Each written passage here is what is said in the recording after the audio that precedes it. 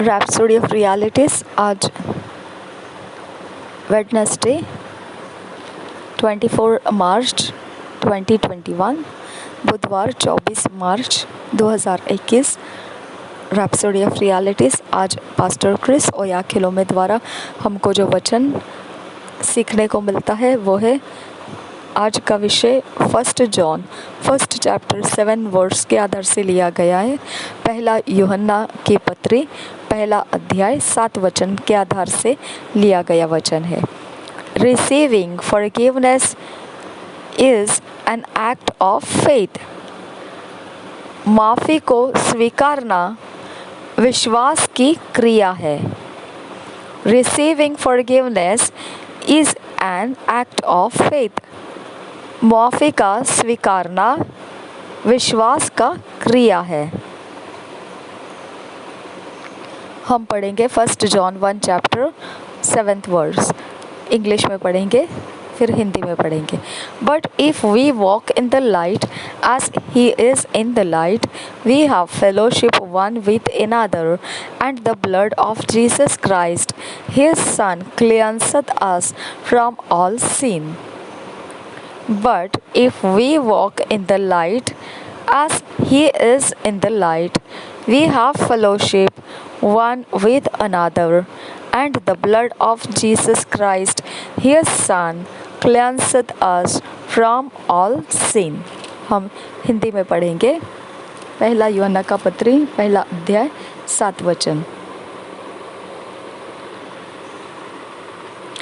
पर यदि जैसा वह ज्योति में है वैसे ही हम भी ज्योति में चले, तो एक दूसरे से सहभागिता रखते हैं, और उसके पुत्र यीशु का लहू हमें सब पापों से शुद्ध करता है। और एक बार पढ़ेंगे 1 यूहन्ना का पत्री 1 अध्याय 7 वचन। पर यदि जैसा वह ज्योति में है वैसे ही हम भी ज्योति में चले, तो एक दूसरे से सहभागिता रखते हैं, और उसके पुत्र यीशु का लहू हमें सब पापों से शुद्ध करता है।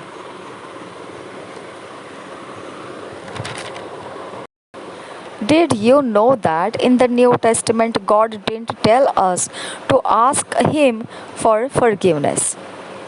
क्या आपको ये जानकारी है कि नया नियम जो है उसमें परमेश्वर हमको मुआफ़ी मांगने के लिए नहीं कहता है। Asking him for forgiveness is like asking him to save you.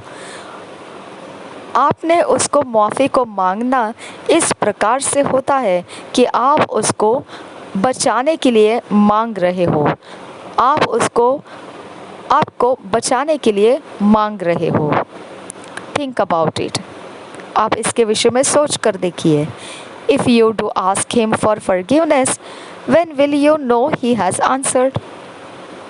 तो आप अगर उसको मुआफ़ी को मांग रहे होंगे तो आपको उसने माफ़ कर दिया, ये जवाब कब पता चलेगा। Likewise, you are asking him to save your soul. How will you know he has saved you?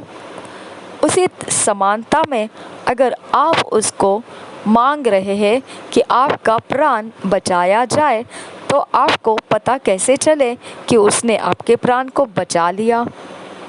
You will never know, because there is nothing for him to do about saving you that he has not already done.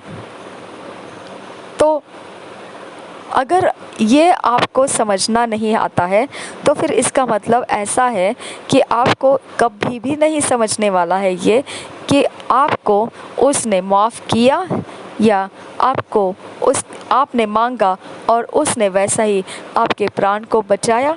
अगर ये आपको समझ में नहीं आया है तो ये इसीलिए आपको कभी भी समझ में नहीं आएगा, क्योंकि ऐसा कुछ भी उसके लिए नहीं रहता है करने के लिए कि वो आपको बचाए।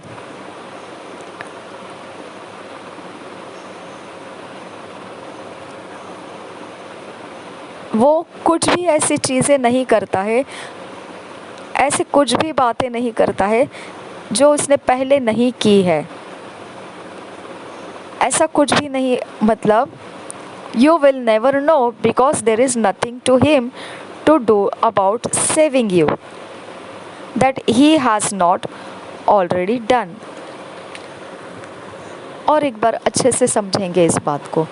देखिए, अगर आपने इस प्रकार से अपने लाइफ को शुरू कर दिया, माफ़ी मांगना, अगर आप माफ़ी मांगते रहो परमेश्वर से, तो आप सोच कर देखिए, आपको पता चल सकता है क्या कि आपको माफ़ किया, ये जवाब दिया परमेश्वर ने। उसी तरह से अगर आप परमेश्वर से मांग रहे हो कि आपका प्राण बचा लिया जाए, तो क्या आपको पता चल जाएगा क्या कि उसने आपके प्राण को बचा लिया? आपको कभी भी नहीं पता चलेगा, कभी नहीं मालूम पड़ेगा। ऐसा क्यों? क्योंकि ऐसा कुछ भी वो उसके लिए बाकी नहीं रहेगा अभी करने के लिए, जो आपको बचाने के लिए चाहिए, क्योंकि वो सब कुछ कर चुका है। उसने ऐसा कुछ भी नहीं रख छोड़ा जो अभी तक नहीं किया है आपके प्राण को बचाने के लिए या आपको माफ़ करने के लिए। ऐसा कुछ भी उसने रख नहीं छोड़ा है, उसने सब कुछ कर दिया है। It's the same thing with forgiveness. You receive forgiveness, you don't ask for it.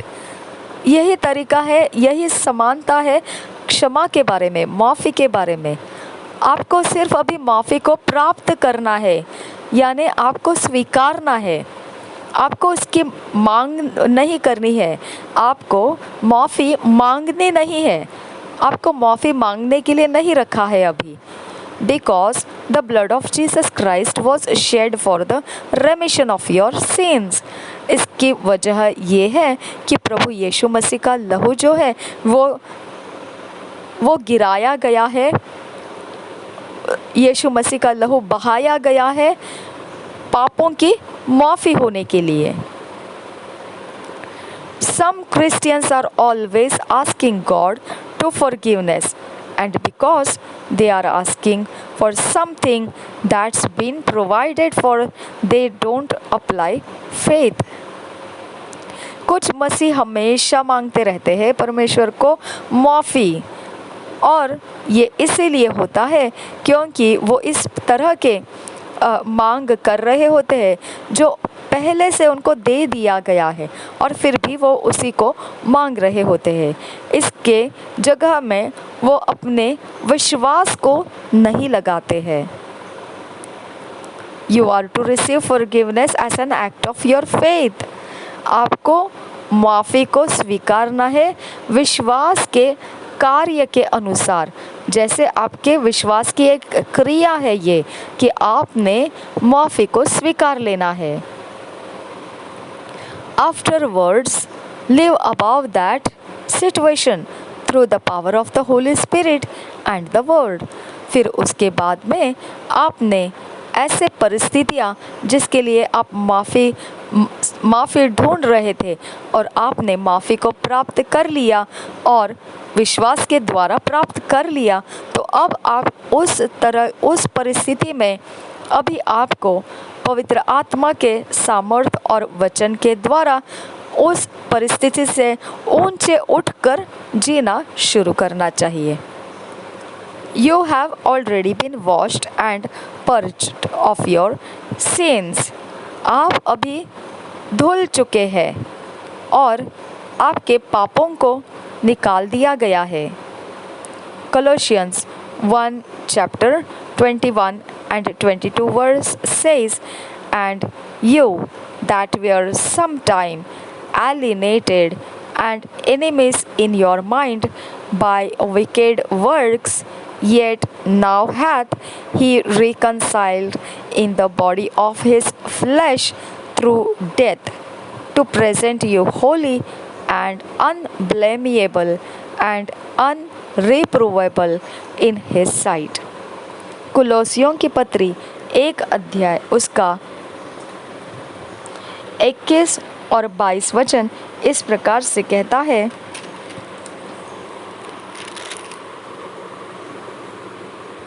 तुम जो पहले निकाले हुए थे और बुरे कामों के कारण मन से बैरी थे, उसने अब उसकी शारीरिक देह में मृत्यु के द्वारा तुम्हारा भी मेल कर लिया, ताकि तुम्हें अपने सम्मुख पवित्र और निष्कलंक और निर्दोष बनाकर उपस्थित करे।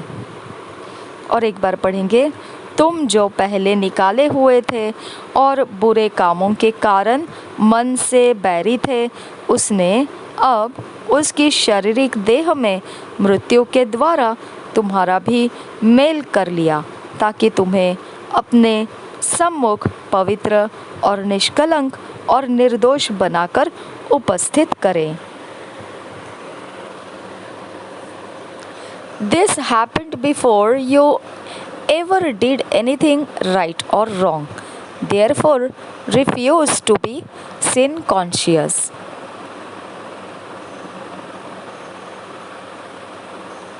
ये तभी हो चुका है जब आपने कभी कुछ गलत या सही किया भी हो, उससे पहले ये हो चुका बात है। इसके लिए अभी आपको पाप के विषय ज़्यादा मनन करते हुए रहना नहीं है। आपने पाप का ध्यान रखते हुए नहीं जीना है, आपको पाप के ध्यान को इनकार कर देना है। अभी You are the righteousness of God in Christ Jesus. Think and live righteousness. अभी आप परमेश्वर की धार्मिकता हो मसीह यीशु में, वही सोचिए और धार्मिकता के जीवन को ही जिए। Our opening text says, if we walk in the light, the world as He is in the light, the blood of Jesus automatically cleanses us from all sin. हमारा शुरुआती वचन जो है वो हमें बताता है, अगर हम उजियाले में चल रहे हैं, उजियाला मतलब परमेश्वर का वचन, उसमें अगर हम चल रहे हैं तो जैसा वह उजियाला में है, प्रभु यीशु मसीह का लहू उसी तरह से अपने आप हमें धो देता है, सफाई करता है सारे पापों में से। Since this is true, you don't have to be confessing your sins all the time. क्योंकि अब यह सच है, इसके लिए आपको ज़रूरी नहीं है कि हर समय आपके पापों की आप कबूली करते रहे। If you do something wrong, simply say, Lord, I am sorry for what I did. I receive forgiveness in Jesus' name, and that's it. अगर कभी आपने कुछ गलती कर भी दिया है, गलत किया भी होगा कुछ भी, तो बिल्कुल सीधी तरह से, इतना ही सहज तरह से बोल दीजिए, प्रभु मैं माफ़ी चाहता हूँ जो मैंने गलत किया है उसके लिए, और मैं माफ़ी को स्वीकारता हूँ यीशु के नाम में। और बस इतना ही। You might ask, is it that simple? Yes, it is in Christ. We have automatic cleansing from sin. It's part of the redemptive work of His blood in our behalf. अब आप बोलेंगे, क्या सच में इतना आसान है ये और इतना सहज है ये ऐसा? तो हाँ, बिल्कुल हाँ, क्योंकि यह मसीह में है और हमको उस प्रकार अपने आप हमारे पापों में से धुलने का कार्य हो जाता है। यह हमारे छुटकारे के काम जो किया है प्रभु यीशु के लहू ने हमारे खातिर, उसका ही ये भाग है कि हम इस प्रकार से अपने आप धुल जाते हैं पापों में से।